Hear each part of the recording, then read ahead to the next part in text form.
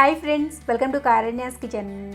కారణ్యాస్ కిచెన్లో ఈరోజు వీడియోలో చాలా ఫేమస్ అయిన స్పాట్ ఇడ్లీని ఎలా ప్రిపేర్ చేసుకోవచ్చో చూపించబోతున్నాను. చాలా సింపుల్ ప్రిపేర్ చేసుకోవడం అండ్ టేస్ట్ కూడా చాలా బాగుంటుంది. ఎప్పుడన్నా ఒకసారి ఈ విధంగా మీ ఇంట్లో స్పాట్ ఇడ్లీ ట్రై చేసి చూడండి, మీ అందరికీ తప్పకుండా నచ్చుతుంది. ఇప్పుడు స్పాట్ ఇడ్లీని ఎలా ప్రిపేర్ చేసుకోవచ్చో వీడియోలోకి వెళ్ళి చూసేయండి. ఈ స్పాట్ ఇడ్లీని ప్రిపేర్ చేసుకోవడానికి ముందుగా ఇందులోకి కారప్పొడిని చేసి చూపిస్తాను. ఈ కారప్పొడి ఇందులోకే కాదు, నార్మల్గా మనం ఇడ్లీలోకి దోశల్లోకి అలా కూడా వాడుకోవచ్చు. కాస్త నెయ్యి వేసుకుని తింటే చాలా బాగుంటుంది. ఫస్ట్ స్టవ్ ఆన్ చేసుకుని స్టవ్ మీద ఒక ప్యాన్ పెట్టుకుని అందులోకి ఒక 2 టేబుల్ స్పూన్ల వరకు పచ్చిశనగపప్పు, అలాగే ఒక 2 టేబుల్ స్పూన్ల వరకు మినపగుళ్ళు లేదంటే చాయ్ మినపప్పు వేసుకోండి. అలాగే 1 టేబుల్ స్పూన్ వరకు ధనియాలు, 1 టీ స్పూన్ జీలకర్ర వేసుకుని వీటిని లో టు మీడియం ఫ్లేమ్లో లైట్గా కలర్ చేంజ్ అయ్యేంత వరకు ఫ్రై చేసుకోండి. ఇవి లైట్గా కలర్ చేంజ్ అవుతున్నాయి అన్నప్పుడు ఇందులోకి 1 టీ స్పూన్ వరకు నూనె కానీ లేదంటే బటర్ని కానీ వేసుకోండి. వేసుకుని లో టు మీడియం ఫ్లేమ్లో లైట్గా ఫ్రై చేసుకోండి. ఇక్కడ నేను మీకు ఫ్రై అయిన తర్వాత చూపిస్తున్నాను చూడండి. కలర్ అనేది ఈ విధంగా ఉండాలన్నమాట. అండ్ ఇవి వేగుతున్నప్పుడు కూడా మంచి స్మెల్ వస్తుంది, అరోమా అనేది చాలా బాగుంటుంది. అలా వేయించుకున్న తర్వాత ఇందులోకి ఒక చిన్న గోళీ సైజ్ అంతా చింతపండుని వేసుకోండి. చింతపండు ఎక్కువ వేసుకున్నారంటే పొడి ముద్ద అయిపోతుంది, అందుకని మరీ ఎక్కువగా వేసుకోకూడదు. అలాగని మరీ తక్కువ వేసుకున్నా కూడా టేస్ట్ బాగుండదు. ఒక గోళీ సైజ్ అంతే సరిపోతుంది. ఇప్పుడు చింతపండు వేసుకున్న తర్వాత ఇందులోనే ఒక 2 రెమ్మల కరివేపాకును కూడా వేసుకుని లో టు మీడియం ఫ్లేమ్లో మరొక నిమిషం పాటు ఫ్రై చేసుకోండి. ఆ చింతపండులో ఉన్న చెమ్మ అండ్ కరివేపాకు కొంచెం డ్రై అయితే సరిపోతుందన్నమాట. మీరు కావాలంటే ఇదే టైంలో 2 లేదా 3 వెల్లుల్లి రెమ్మల్ని తొక్క తీసేసుకుని కూడా వేసుకోవచ్చు. బట్ ఇక్కడ నేనైతే వెల్లుల్లి అనేది వేయలేదు. ఇప్పుడు స్టవ్ ఆఫ్ చేసుకుని వీటన్నిటిని కూడా పూర్తిగా చల్లారనివ్వండి. చల్లారిన తర్వాత ఒక మిక్సీ జార్ని తీసుకుని అందులోకి ఈ ఫ్రై చేసి చల్లారి పెట్టుకున్న వాటన్నిటిని కూడా వేసుకోండి. తర్వాత మీరు ఈ పొడిలోకి మీకు ఎంతైతే కారం కావాలో దానికి తగ్గట్లుగా పచ్చికారమే తీసుకోండి. కూరకారం వాడకూడదు, కూరకారం అనేది దీనికి పనికిరాదనమాట. పచ్చికారం ఒక 2 నుంచి 3 టేబుల్ స్పూన్ల వరకు తీసుకోండి. కారం వేసుకున్న తర్వాత మీ రుచికి సరిపడినంత ఉప్పు కూడా వేసుకుని చక్కగా మెత్తగా బ్లెండ్ చేసుకోవాలి. ఎక్కడ మనకి ఏవి పలుకులు అనేవి తగలకూడదనమాట. అలా బ్లెండ్ చేసుకోండి. ఒకవేళ మీ దగ్గర కారం లేదు అని అనుకుంటే వీటిని ఫ్రై చేసుకునేటప్పుడే మీరు ఎంతైతే కారం తింటారో దానికి తగ్గట్లుగా ఎండుమిర్చిని వేసుకుని ఫ్రై చేసుకుని మెత్తగా పొడిలాగా చేసుకోండి. చూడండి, ఈ విధంగా మెత్తగా ప్రిపేర్ చేసి పెట్టుకున్న కారం పొడిని పక్కన పెట్టేసుకోండి. తర్వాత మనకి ఇడ్లీ పిండి కావాలి. ఇడ్లీ పిండి అనేది నేను చాలాసార్లు మన వీడియోలో చెప్పాను. ఒకసారి చూడని వారు ఉంటే వాటి లింక్స్ అనేది కింద డిస్క్రిప్షన్ బాక్స్లో ఇస్తాను, చూడండి. ఇప్పుడు ఇడ్లీ పిండిని మీకు ఎంతైతే కావాలో, అంటే మీరు ఎన్నైతే చేసుకోవాలి అనుకుంటారో దానికి తగ్గట్లుగా సపరేట్గా పక్కన పెట్టుకోండి. అండ్ పిండి కూడా చక్కగా పులిస్తే ఈ స్పాట్ ఇడ్లీ అనేది చాలా టేస్టీగా వస్తుంది. ఇలా సపరేట్గా ఒక గిన్నెలోకి పిండి సరిపడినంత తీసుకున్న తర్వాత మీ రుచికి సరిపడినంత ఉప్పు, ఫస్ట్ ఉప్పు వేసుకుని చక్కగా ఒకసారి కలిసేట్లు కలుపుకోండి.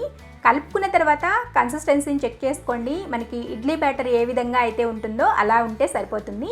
ఒకవేళ పిండి అనేది కొంచెం గట్టిగా ఉంది అని అనిపిస్తే కాస్త నీళ్ళని పోసుకొని చక్కగా ఈ కన్సిస్టెన్సీలోకి కలుపుకోండి. మీకు చేతిలోకి తీస్తే పిండి కూడా ఈ విధంగా ఉండాలన్నమాట. మరీ జారిపోయేటట్లు ఉండకూడదు, అలాగని మరీ గట్టిగా కూడా ఉండకూడదు అనమాట. ఈ కన్సిస్టెన్సీ పర్ఫెక్ట్గా ఉంటుంది. ఇప్పుడు స్పాట్ ఇడ్లీని ఎలా ప్రిపేర్ చేసుకోవచ్చో చూపించేస్తాను. స్పాట్ ఇడ్లీ ప్రిపేర్ చేసుకోవడానికి స్టవ్ ఆన్ చేసుకుని స్టవ్ మీద ఒక ప్యాన్ పెట్టుకోండి. ఫ్రైయింగ్ ప్యాన్లో అయినా ప్రిపేర్ చేసుకోవచ్చు, లేదంటే దోశ తవా మీద వేసుకున్నా కూడా బాగానే వస్తుంది. ఇప్పుడు ఇందులోకి ఒక 2 టేబుల్ స్పూన్ల వరకు సన్నగా కట్ చేసి పెట్టుకున్న ఉల్లిపాయ ముక్కలు, కాస్త కొత్తిమీర అండ్ సన్నగా కట్ చేసి పెట్టుకున్న టమాటో ముక్కల్ని కూడా వేసుకుని కొద్దిగా ఉప్పుని కూడా వేసుకుని మీడియం టు లో ఫ్లేమ్లో జస్ట్ కొన్ని సెకండ్ల పాటు అలా ఫ్రై చేసుకోండి. ఆ లైట్గా ఆ తడి చెమ్మ అంతా కూడా పోయిన తర్వాత 1 టేబుల్ స్పూన్ వరకు లేదంటే 1 నుంచి 2 టేబుల్ స్పూన్ల వరకు బటర్ వేసుకోండి. బటర్ అయితేనే ఈ స్పాట్ ఇడ్లీకి మంచి టేస్ట్ని యాడ్ చేస్తుంది. నెయ్యి కానీ లేదంటే నూనె కానీ దీనికి పనికిరాదనమాట. మీకు ఒరిజినల్ టేస్ట్ కావాలి అంటే బటర్ మాత్రమే వేసుకోండి. బటర్ వేసుకుని బటర్ కొద్దిగా కరిగిన తర్వాత ఒక 2 నుంచి 3 టీ స్పూన్ల వరకు మనం ముందుగా గ్రైండ్ చేసి పెట్టుకున్న కారపొడిని వేసుకోండి.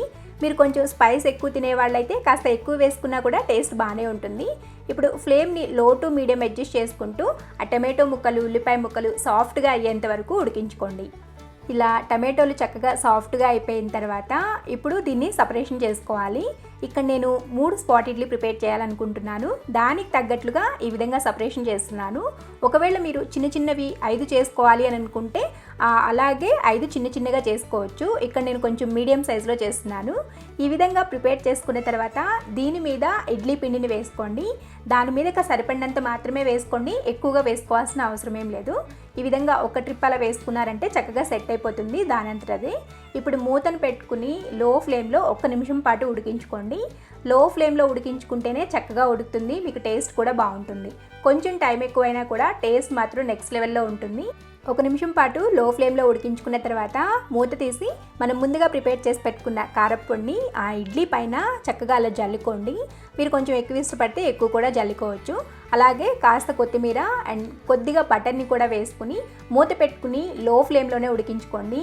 మీరు మీడియంలో కానీ లేదంటే హైలో కానీ పెట్టేశారంటే మనకి పైన పచ్చిదనం అలాగే ఉంటుంది, కింద ఏమన్నా మాడిపోతుంది అనమాట. అందుకోసం లో ఫ్లేమ్లో పెట్టుకుని ఉడికించుకోండి. ఇక్కడ నేను మీకు చక్కగా ఉడికిన తర్వాత చూపిస్తున్నాను చూడండి. ఇలా ఉడికిన తర్వాత పైన మనకి ఆ పచ్చిదనం అంతా కూడా పోవాలి. అప్పుడు మన గెరెటతో ఈ విధంగా అట్లకాడని తీసుకుని రివర్స్లో తిప్పారంటే చక్కగా మనకి ఎంత మంచి బ్యూటిఫుల్ కలర్లో ఉందో చూసారా.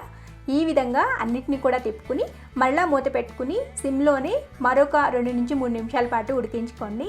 ఆ తర్వాత చాలా టేస్టీగా అండ్ చాలా ఎమ్మీగా ఉండే స్పాట్ ఇడ్లీ అయితే రెడీ అయిపోయింది. ఎప్పుడైనా మీరు ఇంట్లో ట్రై చేశారా? స్పాట్ ఇడ్లీ గురించి మీకు తెలుసో లేదో కూడా కింద కామెంట్ సెక్షన్లో కామెంట్ చేసి చెప్పండి.